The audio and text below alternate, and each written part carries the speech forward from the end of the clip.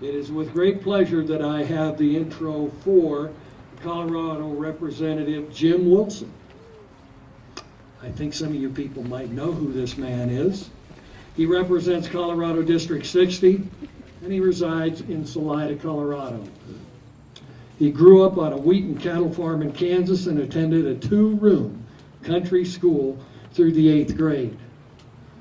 I didn't even get to do that. Congressman Wilson became an educator in 2 states and served for over 40 years. He has taught as a government and history teacher, and he has also been a coach.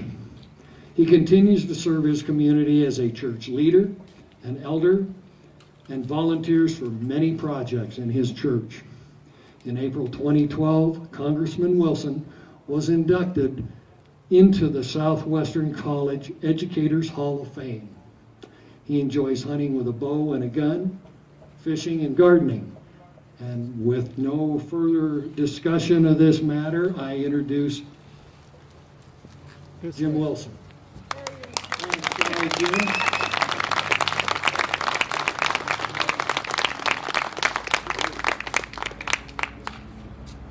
I was kind of enjoying listening to that. I wondered who in the world he was talking about there for a while. Well, I apologize for being a little bit, well, no, I don't apologize because I had business to do in church, and I told the folks I'd be here just as soon as we got out of church and drove the canyon at a high rate of speed and didn't find any highway patrolmen, so I made it here about when I thought I would. It's good to see you all out here. It's interesting from my perspective that this day marks a special day in the history of our nation, but it also marks a special day up in Denver because we're almost out of session and we can't do any more damage to the state of Colorado for another year.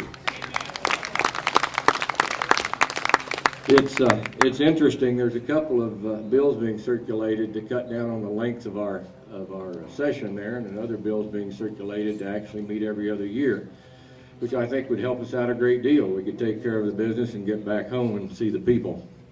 The people that's what it's all about, folks. I'm not a politician, don't claim to be, and I told my wife, Christy, who didn't come with me because I've got to go from here on up to Denver, so she just didn't figure she wanted to walk home from Denver.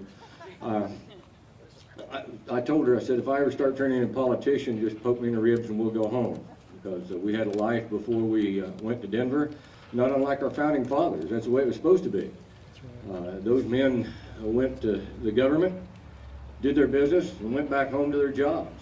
And their jobs didn't become that government-paying job as far as the lifelong job of a politician. So the thing that I would share with you today is that we need all the help that we can get.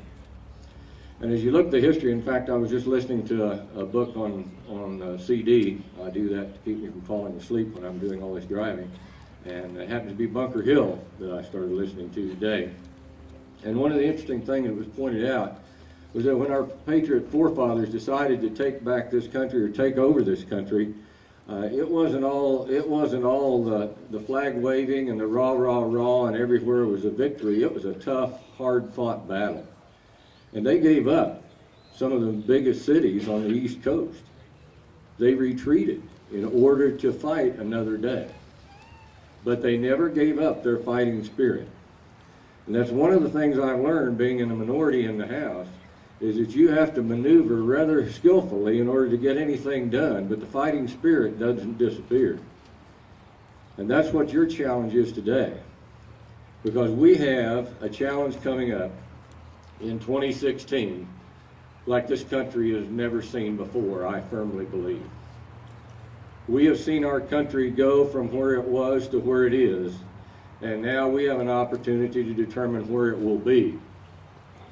Now I know that on the one side of the aisle that the anointed one has declared her candidacy, and I know on the other side of the aisle it looks like my college basketball team's bench at a basketball game. You know, you look down there and there's a whole bunch of us lined up. But you know what? Everyone lined up on that bench had the same uniform as I did, and that's going to be our challenge. Is to, once that decision is made as to who our candidate will be, is for us to get behind them. Because that's the challenge we face. If we don't take it over, I firmly believe we are in big, big trouble. And that's as a nation. in our own state, we have to take back the majority. And I see Senator Grantham back there in the back with his jacket on. I told him, I said, I didn't get that order form. It must be the senators that do that. I don't know, but I've got to get the order form for that. But just the advantage of one vote in the Senate has changed the environment at the Capitol. Anything crazy that starts in the House is going to die in the Senate. Now, the other converse side to that is anything that crazy comes from the Senate, comes to the House, it's going to die there. So guess what we've had to do this year? We've had to learn how to play well together. And that's a real challenge, because you cannot give up the battle. You cannot give up that vision that you have, but in order to get anything accomplished, you've got to at least to be able to work with people, because the combination, as Senator Grantham well knows, to that lock at the Capitol is 33, 18, and 1. 33 votes in the House, 18 in the Senate, and 1 in the governor's house. That's the combination to unlocking legislation at the Capitol. So our challenge for 2016 is to win everything from the top office all the way down. I would love to be in the majority in the House. I would settle for having a Republican in the White House and keeping our Senate majority and getting a Republican governor in the next round.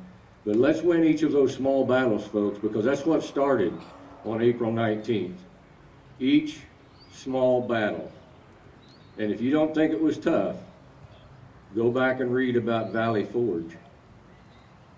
When in between the shivering, the shaking, the frostbite, and the freezing, our forefathers were really asking themselves, is this all really worth it?